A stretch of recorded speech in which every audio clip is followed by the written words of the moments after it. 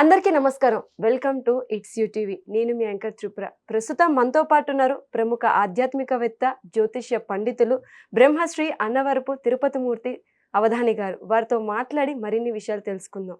నమస్కారం గురువుగారు. ఓం శ్రీ మహాగణాధిపతయే నమః. గురువుగారు, ఈ నెల 17 చైత్ర అమావాస్య వచ్చింది. ఆ అమావాస్య యొక్క ప్రాముఖ్యత, అలాగే ఆ రోజు ఎటువంటి నియమాలు పాటించాలో తెలియజేస్తారా గురువుగారు? తప్పకుండా అమ్మ. చైత్ర అమావాస్య, వైశాఖ అమావాస్య, జ్యేష్ఠ అమావాస్య అనేటువంటిది కాకుండా అమావాస్య అనేటువంటిది వచ్చినప్పుడు మనం ఏం చేస్తే మన జీవితం బాగుపడుతుంది అనేటువంటి విషయం కనుక తెలుసుకోగలిగితే ప్రతి అమావాస్య మనం తప్పకుండా చేసుకోవచ్చమ్మా. అది ఒక అమావాస్య అని కాదు, ఎప్పుడైనా సరే అమావాస్య వచ్చింది అని అంటే మనం ఆ నక్షత్రం ఏది వస్తుంది అనేటువంటి విషయాన్ని చూసుకొని దాన్ని అనుసరించి కొన్ని ప్రయోగాలు ఉంటాయి, పరిహారాలు. అవి చేసుకోగలిగితే శుక్లపక్షంలో చంద్రుడు ప్రతిరోజు కొంచెం పెరుగుతూ వెళ్తారు కదా, ఆ రకంగానే మన జీవితం వృద్ధి కలుగుతుందమ్మా. మనకు అమావాస్య అనగానే ఏదో అంటరానిది, భయంకరమైనది, పిశాచము, భూతము, లేదంటే కనుక ఈ యొక్క దుష్ట ప్రయోగాలు చేస్తారు, చేతబళ్ళు చేస్తారు అనేటువంటిదే మనం పెట్టుకుంటాం. ఎందుకంటే వాళ్ళ ఆలోచనలు అంతే ఉంటాయి, అంతకు మించి ఎదగవు. అందువలన విషయ పరిజ్ఞానం లేదు, ధర్మం ఏం చెప్పింది అనవసరం. అమావాస్య అంటే క్షుద్ర ప్రయోగాలకి మూలం కాబట్టి మేము చేసేస్తామని ఫీల్ అవుతుంటారు. కానీ అమ్మా, భారత యుద్ధం జరిగింది కదా, ఆ భారత యుద్ధం విజయాన్ని కాంక్షించినటువంటి శ్రీకృష్ణ పరమాత్మ అమావాస్య రోజు నాడు విజయ ముహూర్తం పెట్టారు. అంతకన్నా గొప్ప వాళ్ళం కాదుగా మనం అది కాదు అంటానికి. అది మనం దృష్టిలో ఉంచుకోవాలి. అమావాస్య అనంటే కమ్ముకున్నటువంటి చీకట్లను చీల్చుకుంటూ వచ్చేటువంటి ఉదయము అని అర్థం. అమావాస్య అంటే ఎత్తే దేవా అదధుర్భాగధేయమమావాస్యే సంవసంతో మహిత్వా. అమావాస్యే సంవసంత, వసంతము అంటే ఆనందకరమైనటువంటిది, సంతోషాన్ని ఇచ్చేటువంటిది. అంటే ఆ చీకటి ఆ రాత్రితో నీకు తొలగిపోతుంది, మర్నాటి నుంచి నీకు చక్కటి ఒక వసంత వాతావరణం ఏర్పడుతుంది అనేటువంటి విషయం చెప్పకనే చెప్పేటువంటిది అమావాస్య. కానీ మనం ఏం చేస్తున్నాము, అమావాస్య అనగానే చీకటి కాబట్టి కొన్ని దుష్ట ప్రయోగాలకి పనిచేస్తుంది, రకరకాల ప్రయోగాలు చేస్తూ ఉంటాం. ప్రతి అమావాస్యకి సంధ్యా సమయంలో తంగేడి పూలు, ఏంటమ్మా, తంగేడి పూలు లేదా గోరింటాకు గింజలు, ఈ రెండు, తామర గింజలు,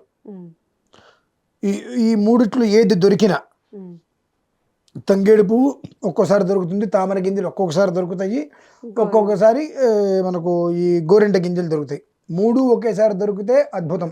లేదు అంటే ఒక్కొక్క అమావాస్యకి ఈ పదార్థాలు ఏది దొరికితే దాంతో సాయంత్రం టైంలో లక్ష్మీ అమ్మవారికి ఆరాధన చేసుకొని ఒక అరగంట చిన్న హోమం, సంధ్యా సమయం అవుతుండగా, అంటే ఒక ప్రదోషం అంటారు, 4:30 నుంచి 5:30 వరకు, 4 గంటల నుంచి 5:30 వరకు ప్రదోషకాలం. ఆ సమయంలో వీలు చూసుకొని లక్ష్మీ అమ్మవారికి అర్చన చేసుకొని చిన్న అభిషేకం చేసుకొని లక్ష్మీ హోమం, మహాలక్ష్మి హోమం. ప్రతి అమావాస్యకి ఈ 3 పదార్థాల్లో ఏవి దొరికితే అవి తీసుకొని చక్కటి ఆవు నెయ్యి, తేనె హోమం కనుక చేసినట్లయితే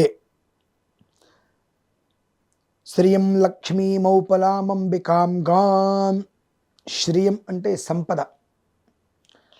ఈ సంపద అనేటువంటిది అనేక రకాలుగా ఉంటుంది. అది కుటుంబ వృద్ధిగా కావచ్చు, వ్యాపార వృద్ధి కావచ్చు, ఉద్యోగ వృద్ధి కావచ్చు, ఏదైనా సరే సంపద అనేటువంటిది ఎప్పుడూ కూడా వృద్ధి చెందటం తప్పితే మనకు అరే ఈరోజు ఈ డబ్బులు ఉంటే ఇది కొనుక్కునే వాళ్ళమే అనేటువంటి మాట రాదు నోట్లో నుంచి. కొంతమందికి ఎలా ఉంటుందంటే, డబ్బు ఉన్నప్పుడు అవసరం కావాల్సింది దొరకదు, కావాల్సింది దగ్గర ఉన్నప్పుడు డబ్బు చేతిలో ఉండదు, అరే అని బాధపడుతుంటారు. కానీ ఈ విధానాన్ని అనునిత్యము ఎవరైతే కనుక అనుసరిస్తారో ప్రతి అమావాస్యకి, వారికి ఎప్పటికీ కూడా డబ్బు అనేటువంటిది 2 అక్షరాలు కూడా లోటు అనేటువంటిది లేకుండా జీవితం ముందుకెళ్తుందమ్మా. కానీ కర్మ అనేటువంటిది ఒకటి ఉంటుంది. అదేం చేస్తుందంటే, అమావాస్య అది ఏదైనా సరే పబ్బుకి వెళ్ళటానికి, సినిమాకి వెళ్ళటానికి, తాగి తంద్రాలు ఆడటానికి సమయాన్ని ఇస్తుంది. కానీ ఒక గంట కూర్చొని ఇక్కడ అర్చన చేసుకుంటే జీవితకాలం మనకు మంచి జరుగుతుంది కదా అనేటువంటి ఒక్క విషయంలో మంచి జరిగి వెళ్ళలేదు. కర్మ అంటే అదే. ఎందుకంటే ఆ విధానాన్ని మనం అనుసరిస్తే కలి పురుషుడు అయినటువంటి ఎవరైతే కలి ఉన్నాడో అతని యొక్క నీడ, అతని దృష్టి మన మీద పడదు అది ఆచరిస్తే. కానీ కలి ప్రభావం ఏంటి, మనల్ని ఎప్పుడు కూడా ధర్మంగా ఉండనివాడు. అధర్మంగానే ఉండేలా అతనికి చేతనైనంత ప్రయత్నం చేస్తూ ఉంటాడు. అందువలన మనకు కష్టపడినప్పటికీ కూడా విలువ లేకపోవటం, ప్రతిఫలం లేకపోవటం వస్తూ ఉంటాయి. ఒకవేళ ఉదయం నుంచి సాయంత్రం వరకు కష్టపడి సాయంత్రం టైంలో ఏదో ఒక మాట వచ్చి మొత్తం గొడవ పెట్టేసుకోవటాలు, ఇటువంటివన్నీ ఎక్కువగా జరిగి మనకు సుఖం అనేటువంటిది జీవితానికి లేకుండా ఎప్పుడు ఎంత సంపాదించినప్పటికీ కూడా అది మెగరక విచారంతోనే మనం ఉండిపోతూ ఉంటాం. అది తప్పట్ల, కర్మ ప్రారంధం అంటారు దాన్ని. అవునా? అది మనం తప్పించుకోవాలి అనుకుంటే ఇది చైత్ర అమావాస్య అనేటువంటిది కాదు. 12 అమావాస్య, ప్రతి అమావాస్యకి ఖచ్చితంగా తంగేడి పూలు లేదా తామర గింజలు, మంచి తేనె, గోరింటాకు గింజలు, ఈ 4 ఏది దొరికితే దాంతో ఆవు నెయ్యి కలిపి హోమం చేయటం అనేటువంటిది ఆ ఇంట్లో ఎప్పుడూ కూడా ధనమగ్నిర్ధనం వాయుర్ధనం సూర్యోధనం వసు ధనమింద్రో బృహస్పతిర్వరుణం ధనమశ్నుతే అనేటువంటి పదం ఏదైతే ఉందో అంతకు మించి రాజాధిరాజాయ ప్రసహ్య సాహిని అనేటువంటి కుబేరస్థల స్థితి అనేటువంటిది ఆ కుటుంబంలో, ఆ ఇంట్లో, ఆ వంశంలో ఎప్పుడూ కూడా పొంగి పొర్లుతున్నటువంటి కొండవలే, పాత్ర వలె ఉంటుందమ్మా ఇప్పుడు కూడా. చాలా చక్కగా వివరించారు గురువు గారు. ధన్యవాదాలు. పరమేశ్వర.